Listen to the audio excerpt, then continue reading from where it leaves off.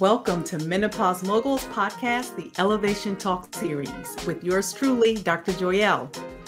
I am Dr. Joyelle, the Menopause Mogul, board-certified OBGYN and business coach for Black women 40 and over, and my mission is to educate, embolden, and empower Black women and other women of color in their journey through health and careers. This is a space for Black women and other women of color to share their compelling trials and tribulations in their health and or in their careers and businesses. This is where we recognize the humanity of Black women and show how Black women continue to elevate despite midlife challenges and changes. So tune in to meet our next amazing guest. Hello, hello. Welcome back to the Menopause Moguls Podcast, Elevation Talks. Y'all, this episode is extra special. I have my just absolute favorite person. She has played a huge role in the creation of Menopause Moguls. And I'm so excited about this conversation, y'all. My business coach, Dr. Kimmy. This conversation is going to be on fire. Okay. So whatever y'all doing, stop what you're doing, pay attention, listen, watch. And yeah, I'm going to read a bio first and then I'm going to bring her on the stage. So when women doctor coaches want to make their first 100K and get their clients 100% results, but don't understand how to sell, market, or coach, they go to Dr. Kimmy. Dr. Kimmy is the founder and CEO of the Doctor Coach School. She specializes in high ticket sales and high impact coaching. She helps her clients develop their own sell a desirable program promise, market so that their audience feels safe to invest, and use their platform and coaching container to shift beliefs in their audience. She believes that if you can't move someone to a sale, you won't be able to move them to transform as a coach. Dr. Kimmy is also the host of the Dr. Coach School podcast. She lives in South Florida with her amazing husband, Adrian, and two beautiful children, Israel and Sela. Welcome, Dr. Kimmy. Hi, Dr. Joya. Oh my gosh. This is bananas. I'm so honored. Can you believe that we're here? Like, can you believe? So y'all, Dr. Kimmy, know me from the very beginning of this whole journey, way back, right? Way back. And I am so honored just to have her on this podcast, on this episode, because like I said, she has played such a huge role. You have played you know that she knows it. She knows this. I've told her this multiple times, but the people need to know how much you have impacted my life. Aww. Just not only the business, just my life in general. So I'm gonna try to keep it together. Y'all know my track record. Y'all know that Dr. Joyelle cries. Okay. Yeah, and when we get together, it's just laughter. We're either laughing or we're crying. There's no in between. We're either laughing or we're crying. Exactly. So y'all just stay tuned in. So Dr. Kimmy, thank you so much, my dear, for coming on the podcast. Thank you for having me. I remember when you said you were going to do this, when you were like, I am going to start a show and I'm going to feature women and women doctors who are doing incredible things. And that was not that long ago. And you made it happen. So yes. I'm super proud of you. Thank you. So I want to start from the beginning for you, your story, and how you basically kind of, found your way into entrepreneurship. Yeah. Oh boy. So you know my stories. It's a loaded question. Yes, okay. But give the people an abbreviated version. I'm gonna try. I know. Yeah, right. Exactly. As best you can. I know. Okay. So let's take it back to 2016. So 2016, I was working as an attending at an academic medical center. I had a son. He was 5 years old at the time, 6 years old. And then I was pregnant with my daughter, and I was a hot mess. I was a hot mess. I was the quintessential person who would have said she had imposter syndrome, right? So I procrastinated on everything. I couldn't get out of bed in the morning. I walked around the hospital feeling like a fraud, feeling like at any moment somebody's going to come and like remove my ID badge and be like, just kidding. You know, we know we gave you this little job, but like, you're actually not supposed to be here because you're not qualified. Right. And it was such a weird dynamic because at the same time, I was a great physician. Like clinically, I was a great physician. I was an amazing teacher to the residents and the students. But like once I left the bedside and once I left the classroom and it's just me in my office, I just could not get stuff done. I was so self-critical. I had so many negative thoughts running through my head about myself. And not only that, I also was just a product of a lot of discrimination, racism, injustice at my job, but I didn't see it even though I studied it in my academic work. And like, that's what I was known for. I didn't see that that's what was happening to me because everything that happened to me, they would blame me and I would blame me. Right. So I didn't notice that like, actually it was racism and it was sexism or anything like that. It was just like, no, I'm a horrible person. So it compounded the problem. So things just kept getting worse and worse.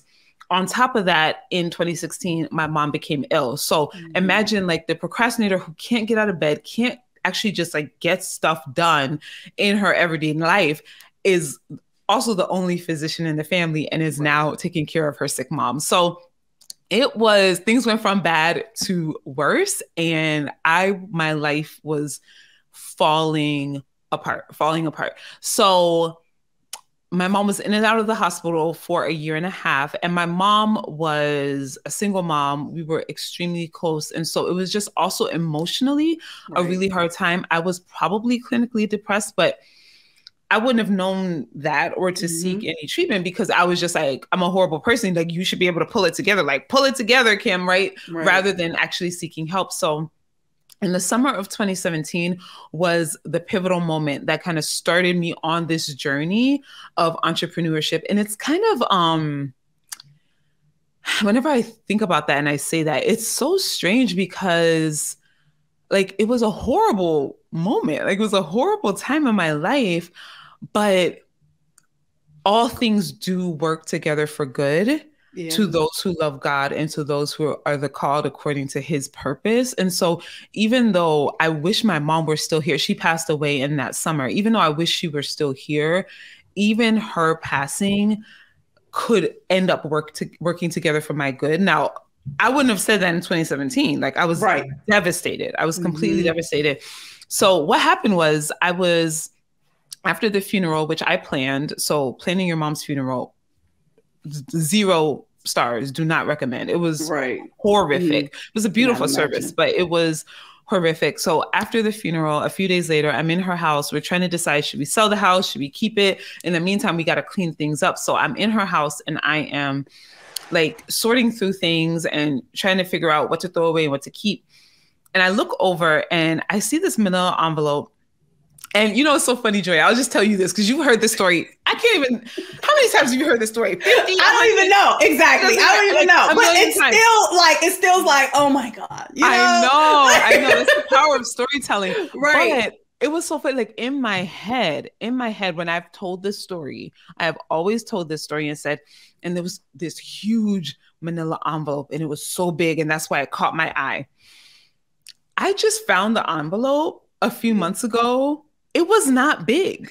It was small. I don't know how my brain concocted that story, that it was really big. It was small. So like, I point that out because I shouldn't have, like, it shouldn't have stood out to me. Stood out to you, right? It shouldn't have. It was just like in the pile of all the other stuff. It was just like, okay, here's paperwork. I still have just a box of paperwork in my garage that I need to go through. So like, this should have just been placed with that. But for some reason, it stood out to me. I believe it was the Lord. I believe it was the Holy Spirit. I don't think it was by accident, but like my brain wanted to believe like it was this massive envelope. And that's why it stood out. It was this big. Like, it was really, really small.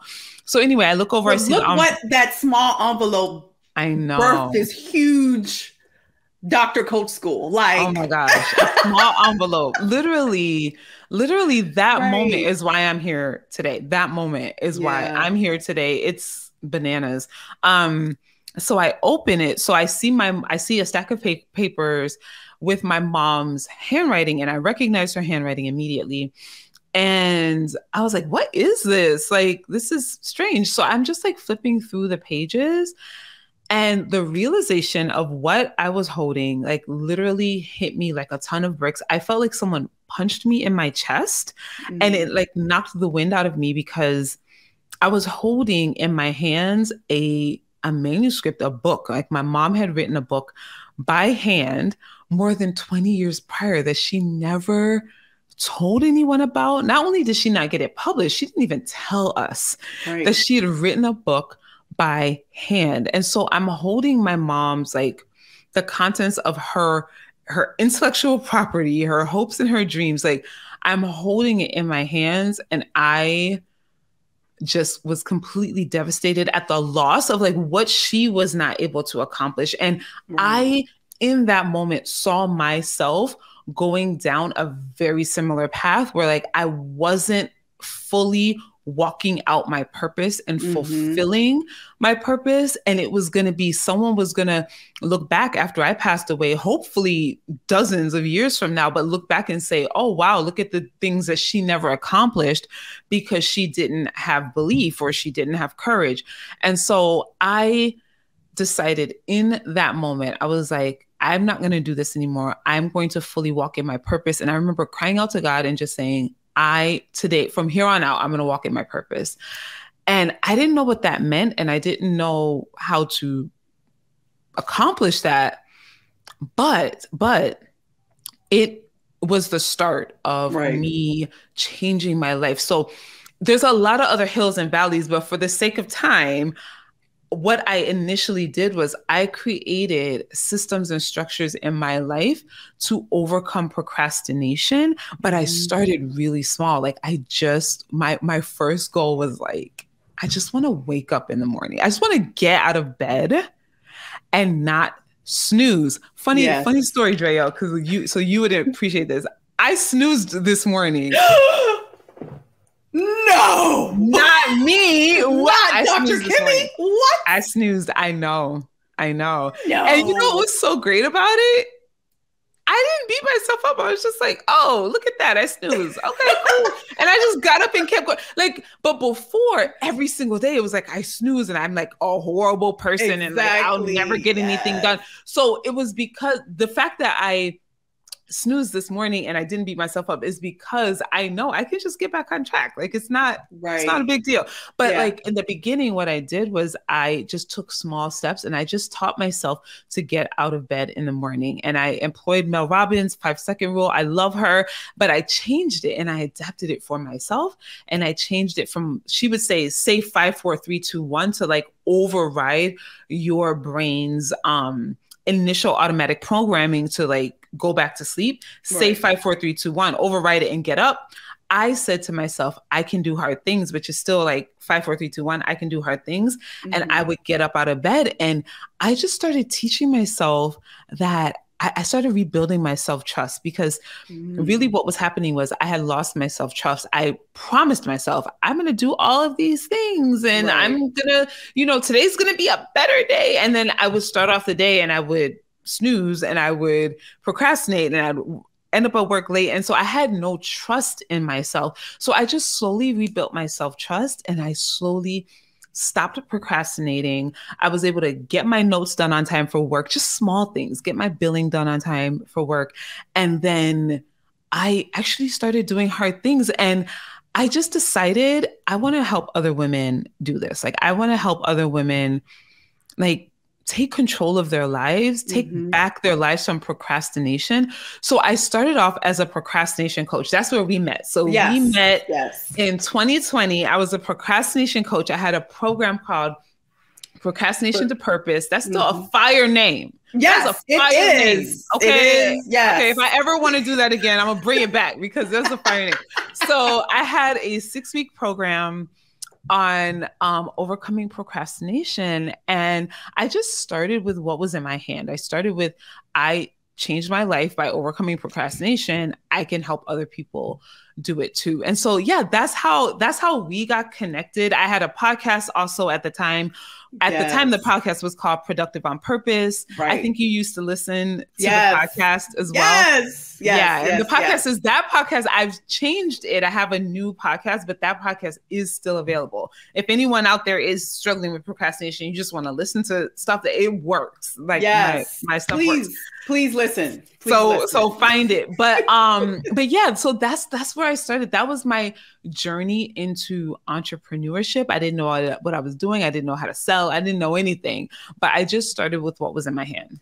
Yeah. Yeah. And like you said, I've heard this story, I don't know how many times, but it's still like, wow, like you did that. Yeah. You absolutely did that. And like you said, just making that decision, like, okay, I'm going to do this, but taking the small steps to do it. Because I think a lot of us, including myself, like, look at this big, huge thing. It's like, oh my God, like, how am I going to do it? Right. Yeah. And if you just say like, okay, I just want to get up in the morning, like, and not press snooze. Like, can I just do that? Can I just start with that? Yeah. And how that just built up to just doing more and, harder and harder things as you moved on, and then develop this amazing business, like you said, Procrastination Coach, where I met you, and you mentioned your podcast, but Productive on Purpose. And I have to say because I was, also kind of in that space of, okay, I want to do something else. I'm built for more. Like, what else can I do? And listen to different podcasts.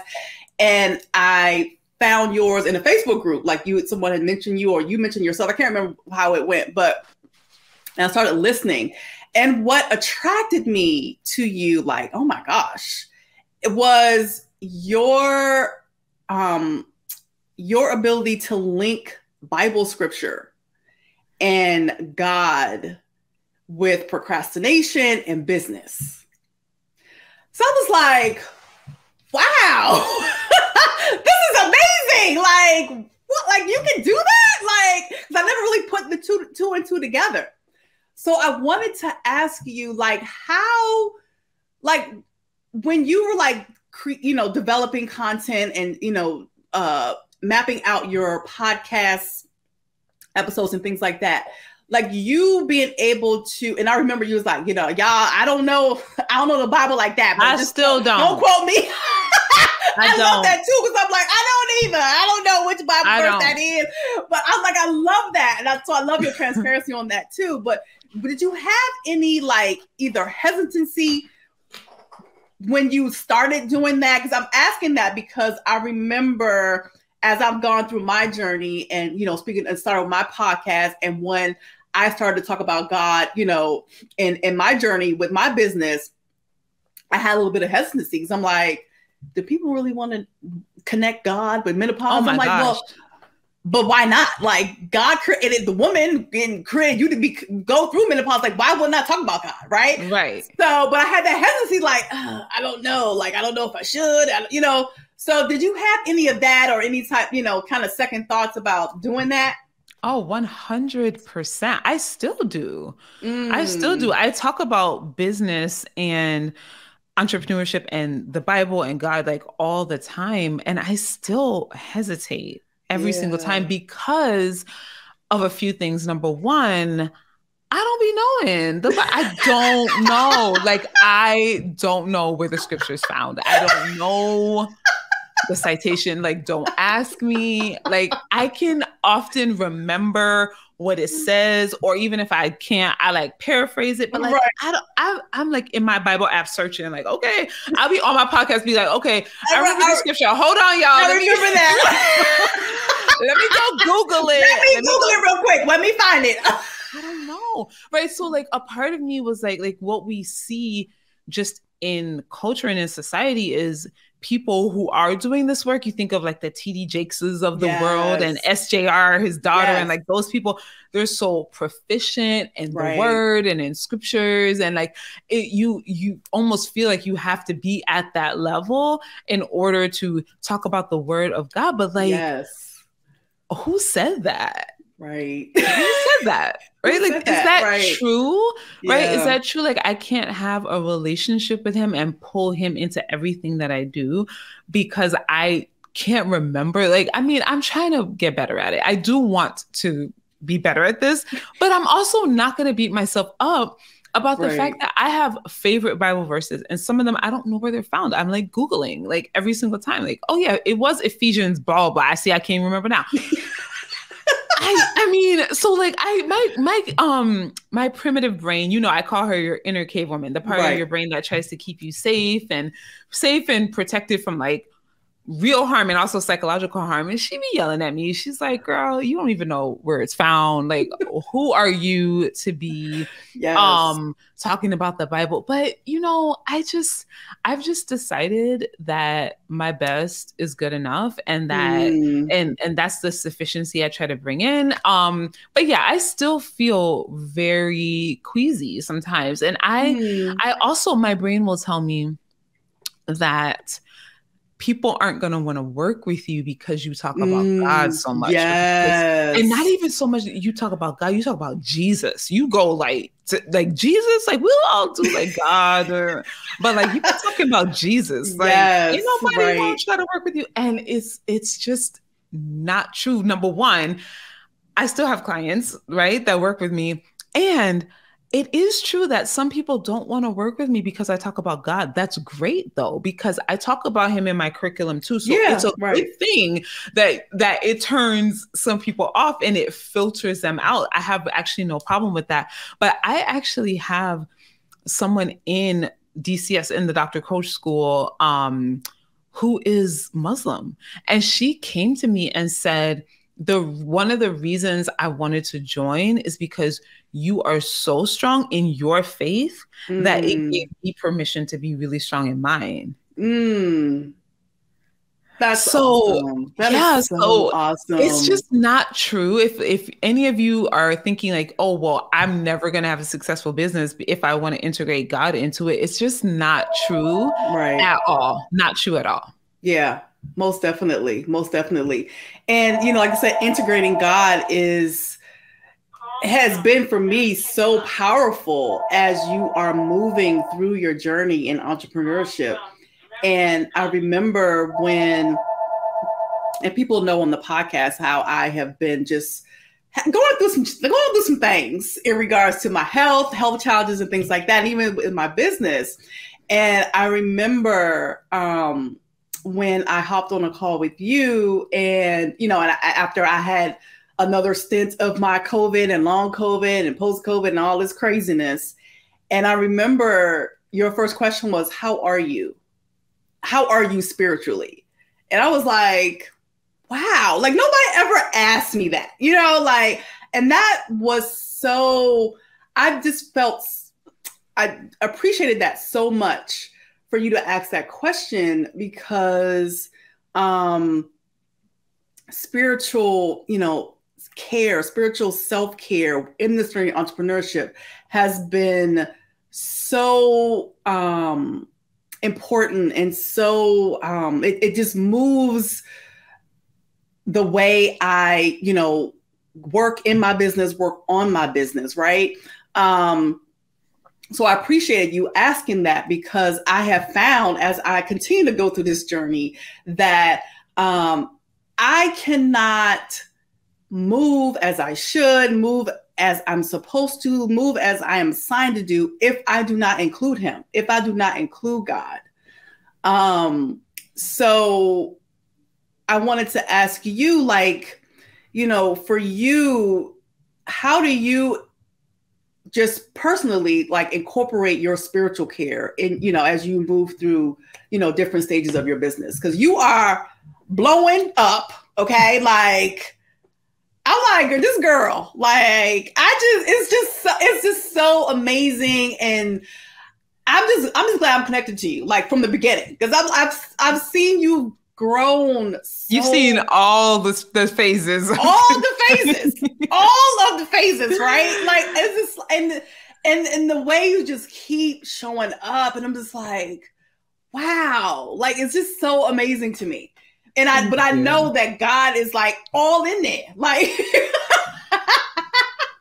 listen, I just want to say that, entrepreneurship, there's a meme. I don't know if you've seen it, but it says entrepreneurship will bring up all of your childhood trauma. When I saw that meme, I was like, if this is not the gospel truth, like all of your childhood trauma. And at the same time, it is so fulfilling. It is so worth it. And so for me, I literally have to stay connected to him. Like it's a non-negotiable, because when you just have people being like, no, I ain't trying to work with you, or I don't want your, like, it can bring up that sense for me. The emotion that I run from, that I'm prone to running from the most, is rejection. Like when I feel rejection, it has to do with childhood trauma relating to my father.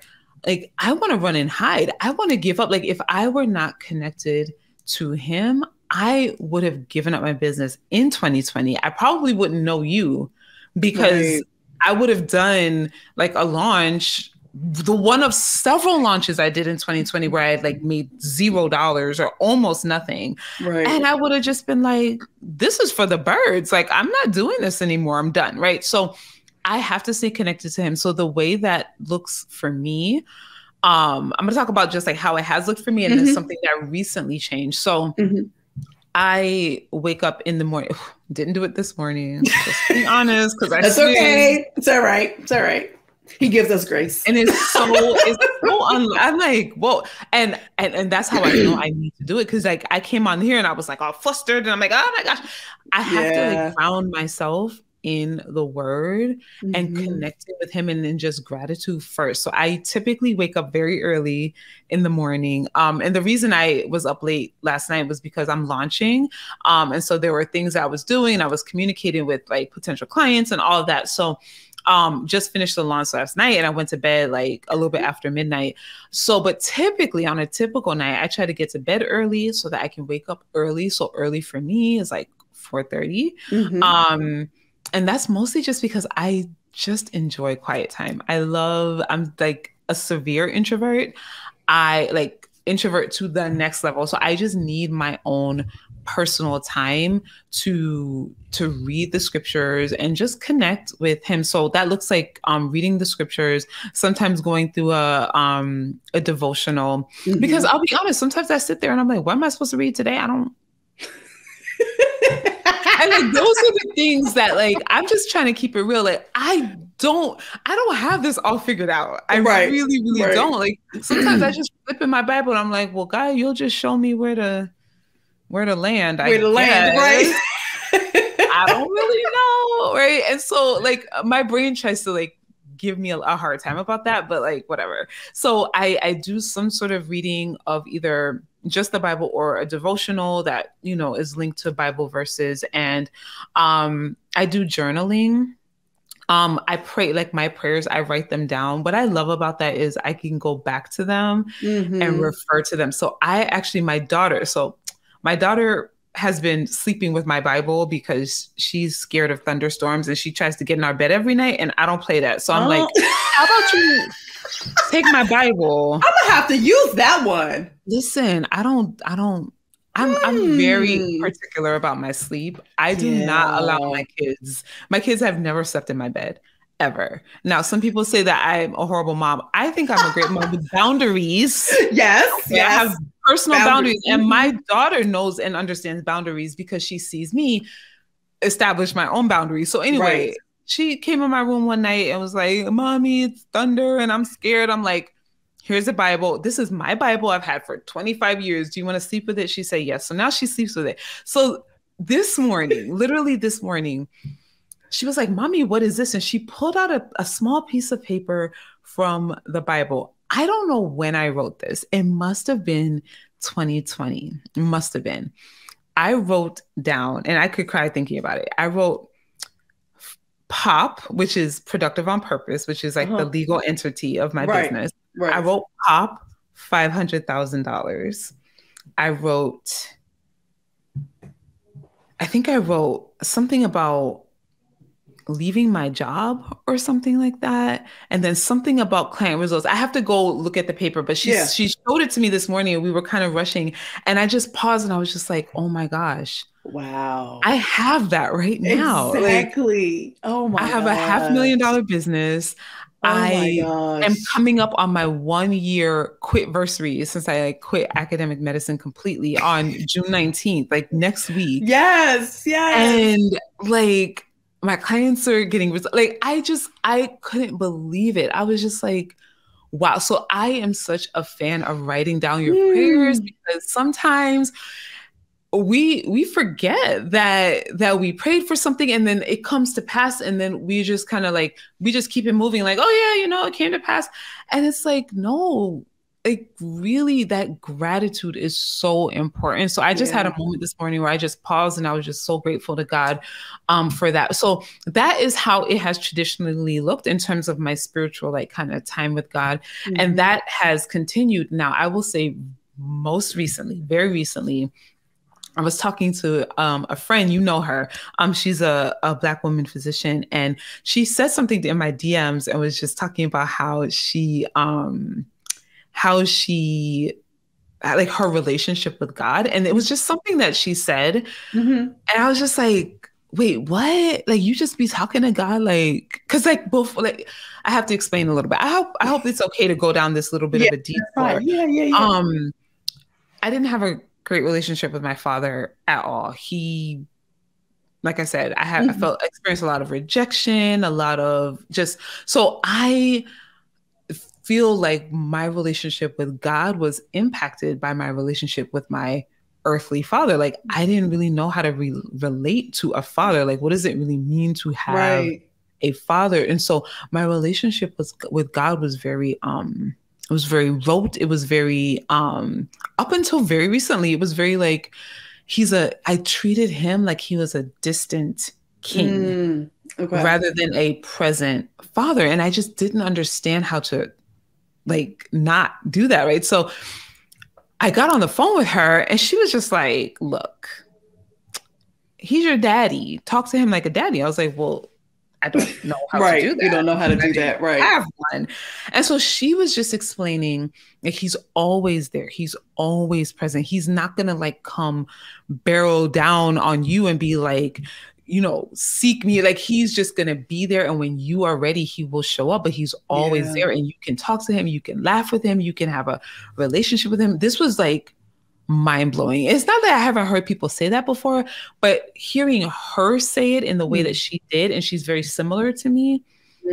She's a Black woman physician. I was like, wait, this is a thing? So I was driving to Orlando, actually for a retreat I was hosting for my clients when we had that conversation. And I was like, okay, well, let me try this out. I don't really know. I feel a little crazy just kind of talking to God like he's next to me. Like that don't make no sense, but I'm just going to try it out.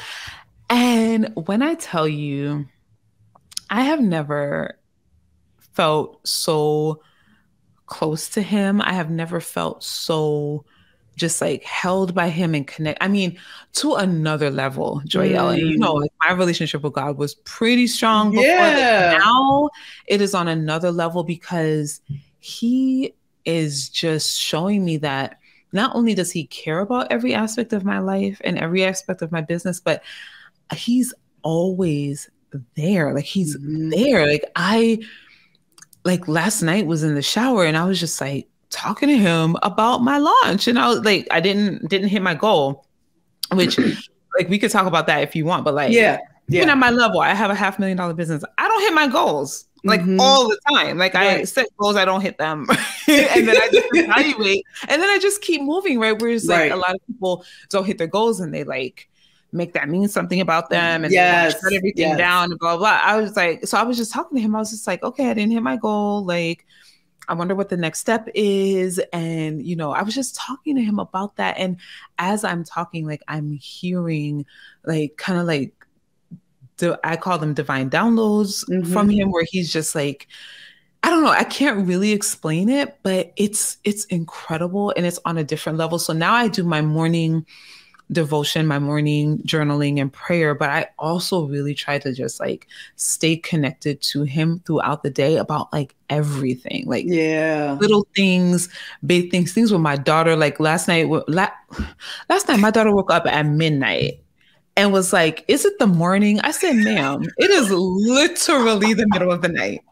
It is quite literally the middle of the night. Go back to sleep." Y'all, like, so her daughter and my son are like so alike. It's just they're like the same person. They're the same person. Like he wakes up at 3 a.m. like, "Mommy." I'm like, "Mommy, no. What? Go back to bed." No, it's not mommy time. Listen, I was just like, let me escort you right back to your bed. I was like, "Where's the Bible? Remember the Bible?" She's like, "Oh, it's right there." I'm like, "Here you go." Cuddle the Bible, go back to sleep. Yes. So I did that. And then I was like, "God, can you just like help her stay in bed? Because this is not the night. This ain't the night. I'm leaving for a trip tomorrow. I haven't even started packing. Like, this ain't the night. Like, just speak to her. And speak to her.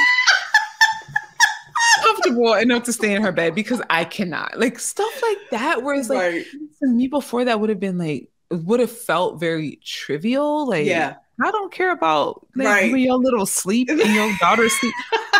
He does. He does. And she stayed in bed the whole night and woke up in the morning. I was just like, "What were you doing? Like, what was that last night?" And she just looked at me like, "I don't know." I'm like, "Okay, well, I don't know either." Right. So like, that's also what my spiritual life looks like now. And it's absolutely incredible. Awesome. That is too funny. Like I said, she is this like the exact same as my son. Like, I know we were like, maybe we should do an arranged marriage, but then we were like, I know, right? I don't know if that would work because it might not work. We would marry the same person, the person who's the same as you. Like, it wouldn't really last. It may not last. It can just be friends or something. They can be friends. They can be very good friends. But yeah, you touched on something when you said, about your launch and you didn't hit your goal. Let's talk about that. Because as you know, Dr. Joelle over here be just, setting goals and don't be hitting them, and had a whole issue about, oh my God, this is horrible, like beating myself up and all the things. Mm-hmm. How do you, like you said, just take a step back and just reevaluate? Because I think a lot of us, like I said, including myself, when things happen in a way that we were not expecting, or excuse me, we don't reach our goal. Like you said, we make it mean like this is the end, like it's all over, like I'm a failure. Like we think of all the things, right? Instead of like, wait a minute. Okay, it didn't work out the way I expected. How can I redirect or reevaluate how, moving forward, what do I do next? Like, how do you go through that process? Yeah. So one of the things I really anchor into is that everything I do in my business is either working for me or it's working on me, right? Like it's either helping me to move to the next level or it's teaching me something that will help me to move to the next level. So I love failing. I know that sounds crazy, but I love failing because number one, I've decided me failing doesn't mean I'm a failure. Mm-hmm. I'm failing, right? But like, there's so much learning. Oh my gosh, I learned so much from this launch. I learned so much. I was launching in a little bit of a different way, right? So that was another thing. I calibrated my expectations. Like, this is the first time I'm launching in this way. If I even get one client, like that's incredible because I tried something new. Right. And even if that thing doesn't work, like I've learned so much. So I spent all of 2020 failing. It was like failure after failure after failure after failure. And I made $20K in the first calendar year of my business in 2020.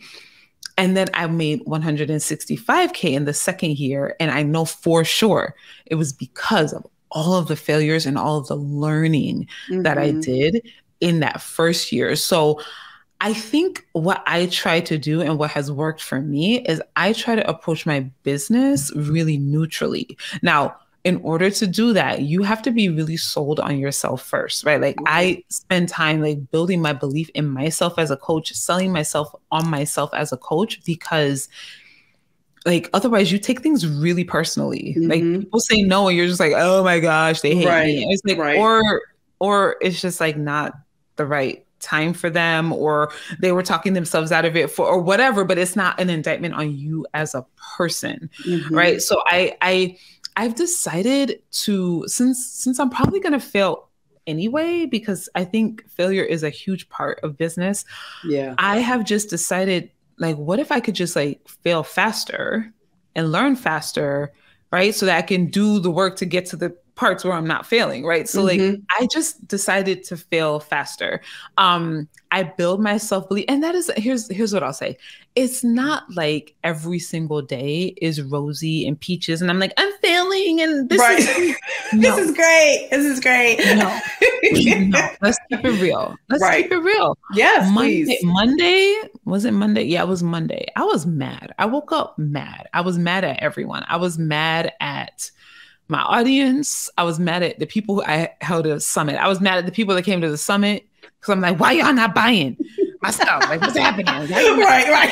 What's your problem? Right. I was so mad, but like, I just allow myself to feel those feelings. I don't run from them. Yeah. I just sat and I allowed myself to be mad. I journaled about it. Judy is my operations manager in my business. We were having a meeting and I was like, I just need to do a thought download. I just need to brain dump some stuff onto you.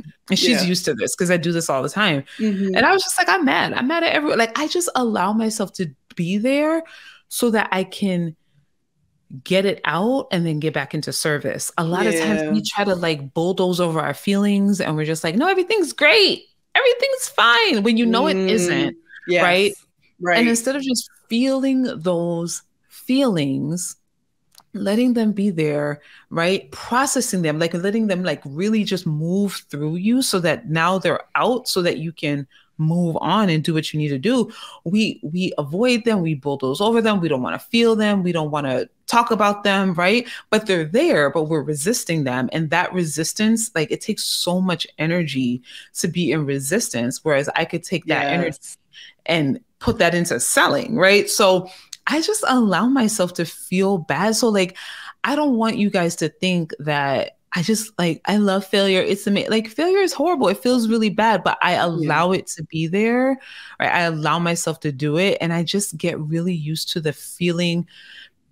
The only reason we don't like failing is because it makes us feel a certain way. Right. Exactly. It makes us feel a certain way. We don't want to feel bad, but like, if you could just get used to feeling bad, if you could just get used to, okay, like every entrepreneur who's making the money you want to make, the only difference between them and you is that they allow themselves to feel bad, right? Like they allow themselves to try new things and fail and then feel bad and then get back up and try something else and fail and feel bad, right? So I listened to a podcast and I recommended this podcast to you called How I Built This. Yeah. And it's basically, it's not just for coaches, or it's like all sorts of businesses, like the biggest businesses that you know about, you interact with their products, etc. And it talks you through the story of how they got started. And it was like failure after failure after failure after failure after failure until they were able to achieve success. And so why would I think that like I'm going to be any different? Right. Like of course I'm right. These are white men failing, like not making money for years before they finally make a sale. Yeah. And they literally, society was created for them.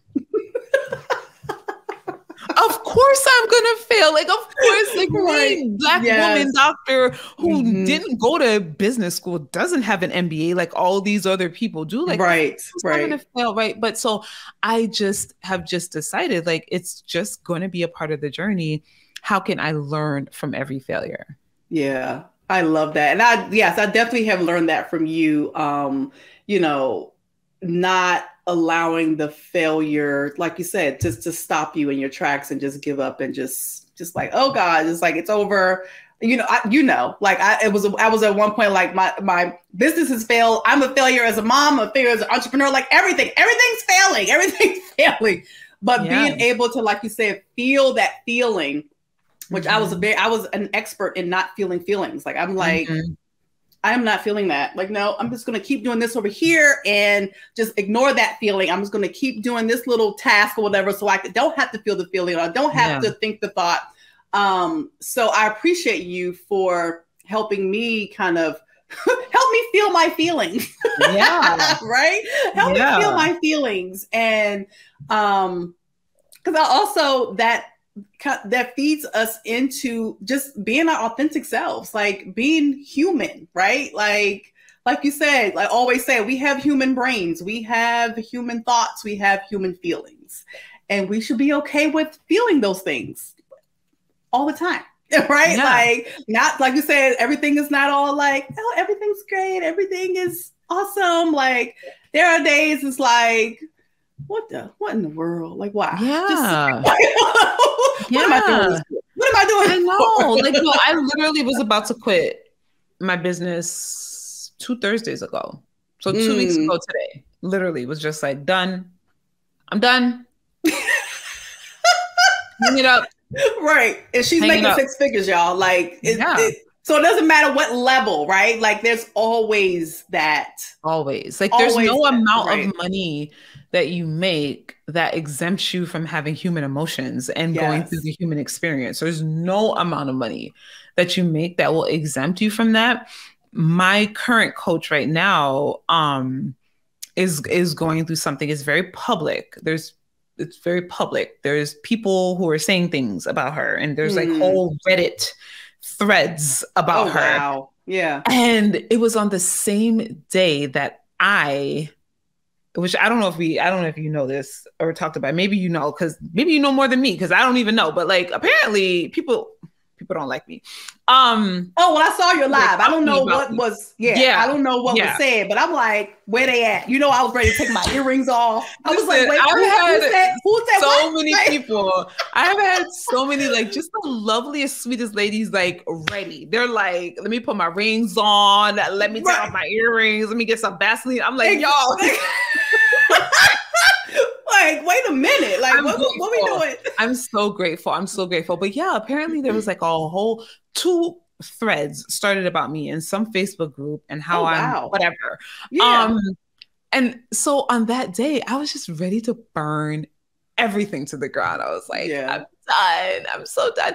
And that's really the power of coaching, because I have a whole coaching team. I have a business coach, I have a life coach, I have a marriage coach, and I have a money coach. And my life coach happened to have her call that day. And so I hopped on the call and I was just like, I'm over it. I'm done. Yeah. I'm throwing in the towel. Yeah. And she was like, okay, wait. There's probably an emotion that we need to process, right? Like, and so she really helped me work through that. And that live video that you saw was really just a testament to me committing to continuing to show up, because I found this out 3 days before I was starting a summit, right? Where I was like launching an entire summit, and I had guest speakers and like all this stuff.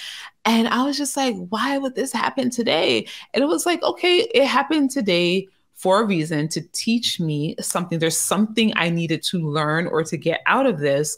And so I allowed myself, like in the past, what I would have done is beat myself up, shut down, and say like, I'm a horrible person. Why don't people like me? Like all the things. And now I was just like, oh yeah, they get to have their thoughts and feelings about me. Mm-hmm. That is not a reflection on me. And I'm going to just feel these feelings, feel really bad, but I'm going to come back and I'm going to keep showing up and I'm going to serve my people. Right. And so, and I did that live video, and while I was doing it, my brain was like, now girl, you done did it now, because people are going to see you crying and you're being vulnerable, but you're supposed to be a business coach. Yes. So like, you're not allowed to be vulnerable, like all of that stuff. Yeah. And I was just like, no, like this is me being, like you said, authentic. This is me being true to my feelings and who I am and still showing up.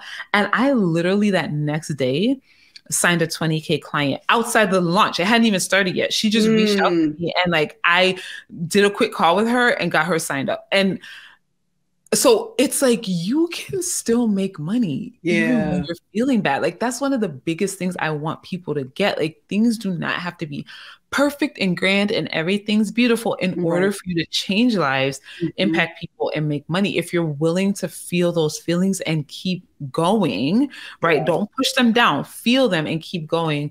You can change lives, even just like, you know, in our professions, whatever your career is, you don't feel great every single day, but you show up and you do what you have to do. You can still do that in your business as well. Yes. Yes. All of that, y'all. So of course we're running out of time. We can talk for hours. I know. Talk for hours, but we have to do it again.